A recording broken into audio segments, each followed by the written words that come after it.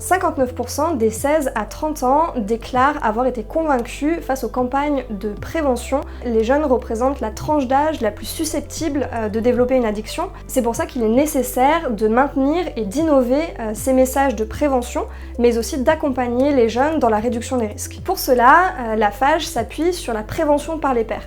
En effet, des jeunes auront beaucoup plus tendance à écouter d'autres jeunes, et cette approche nous permet de développer des campagnes de sensibilisation qui vont être beaucoup plus accessibles. Donc nous, notre objectif, c'est vraiment d'arriver avec une approche non stigmatisante, non jugeante, pour pouvoir vraiment les accompagner et réduire ainsi leur consommation. La FAGE ne se considère pas comme un professionnel de la santé. Notre objectif, c'est pas de directement répondre aux problématiques des jeunes, mais ça va plutôt être de les sensibiliser, de les informer et surtout de les orienter vers les acteurs de prévention de la santé et d'accompagnement pour pouvoir justement prévenir les personnes qui ne consommeraient pas encore ou alors tout simplement accompagner les personnes qui seraient déjà dans des processus d'addiction.